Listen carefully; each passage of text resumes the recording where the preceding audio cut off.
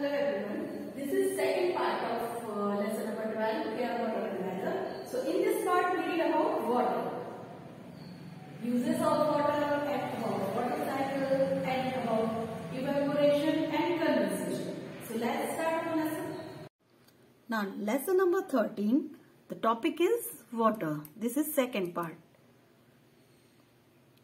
Water is important for the survival of all living things.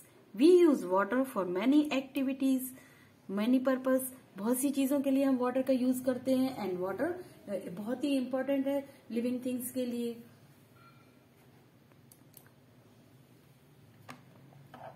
Now uses of water, आपको मालूम है ना क्या क्या यूज करते हैं हम वाटर का. Water is use for drinking, bathing, cooking etcetera, washing, cleaning, इन सब चीजों के लिए वाटर का यूज भी करते हैं. Ice, water and water vapour are the 3 forms of water.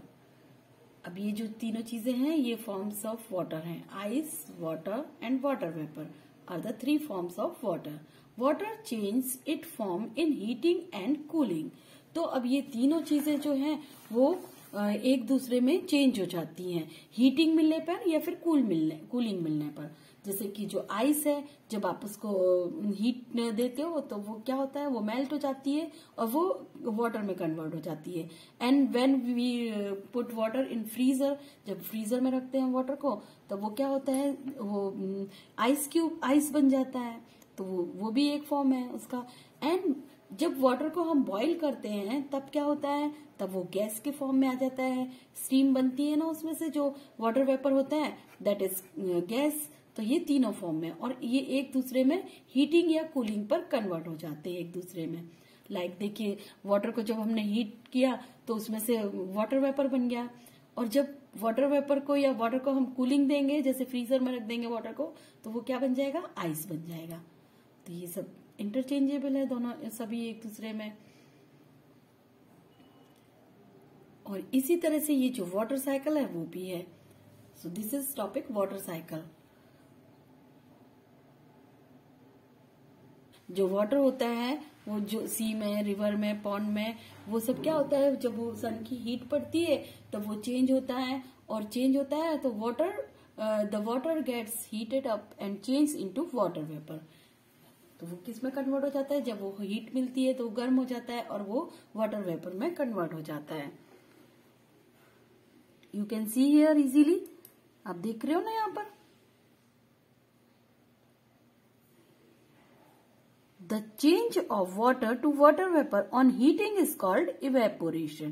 तो ये जो वाटर से वाटर वेपर में चेंजेस है, this process is called evaporation. ये प्रोसेस कहलाती है evaporation.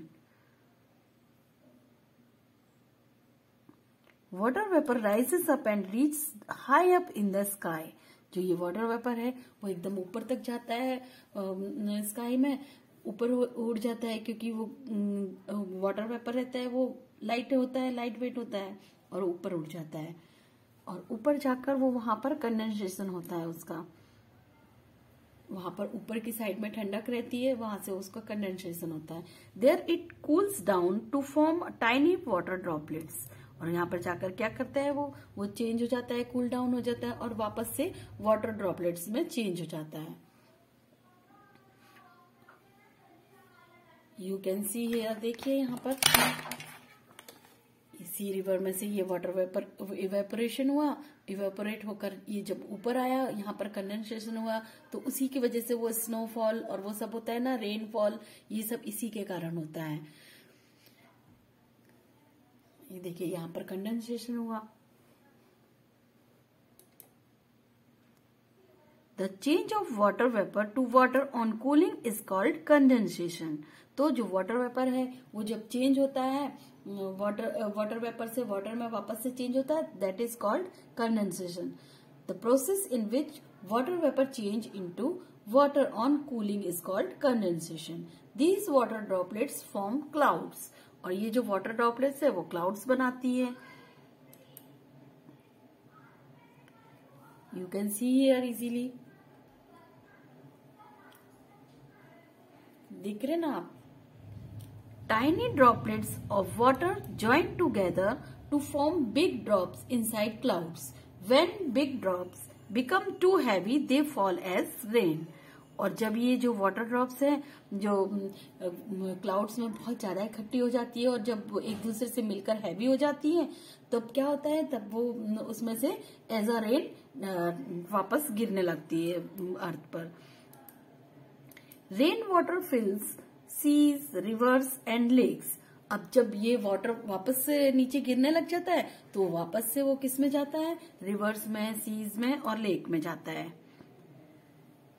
This change of water form one form to another in nature continuous. और ये जो प्रोसेस है ना वो हमेशा चलता रहता है कि यहाँ से वाटर वेपर बना और वाटर वेपर बनकर ऊपर गया और वहां कंडेंसेशन हुआ और वापस से रेन बनकर नीचे आया. तो this is continuous process. This is called water cycle. और ये क्या कहलाता है, this is called water cycle. ये वाटर साइकिल कहलाता है. You can see here easily, देख सकते हैं आप. So students, आपने देखा ना इसमें that forms of water change continuously in weather, कि हमेशा चेंज होती रहती है. वाटर evaporate होता है, फिर ऊपर जाता है और कंडेंसेशन होता है, देन आफ्टर वापस वो रेन बनकर वापस आता है. एंड क्या होता है वाटर साइकिल, वो सब भी आपने जाना. And in next video we read about weather.